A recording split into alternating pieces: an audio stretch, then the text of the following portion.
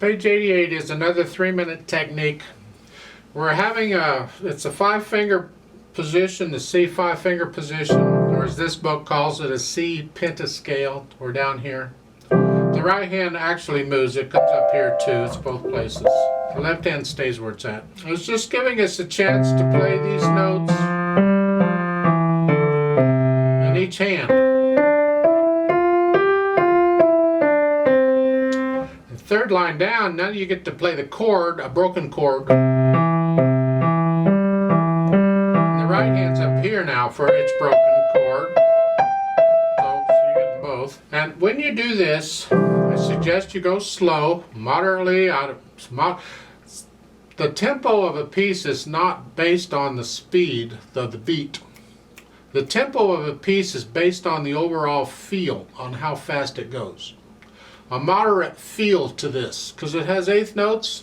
If it were all quarter notes, a moderate feel would be a little faster than eighth note feel. So here, to me, that may be a 1 and 2 and that's fine. The idea though is to make them even and connect them.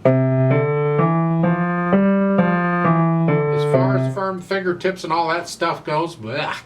Just put your hand in that position, and I suggest for a while, go ahead, because I use weight to push these notes down. Let the wrist collapse just a little bit with each one. So let's go bounce a little bit. I can exaggerate it for you. As you speed it up, then your bounces, rather than every note, it might be every other note. You speed it up some more, it'd be every 4 notes.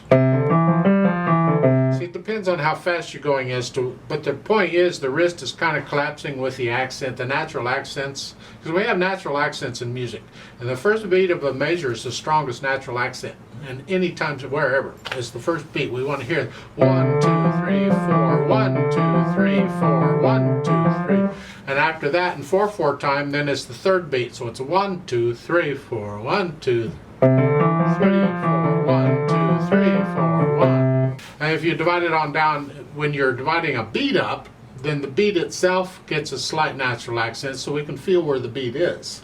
So you feel these, you don't force them. But again, it gives you a chance you collapse your wrist on that one. So when I go slow, I collapse it on every beat.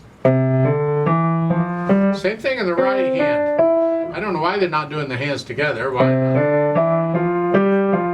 got to do them together eventually. That's what I suggest you do. That's really all this is you're just practicing. And same thing with the broken chord. I'm just transferring weight from finger to finger, and again, you can collapse the wrist as you see fit.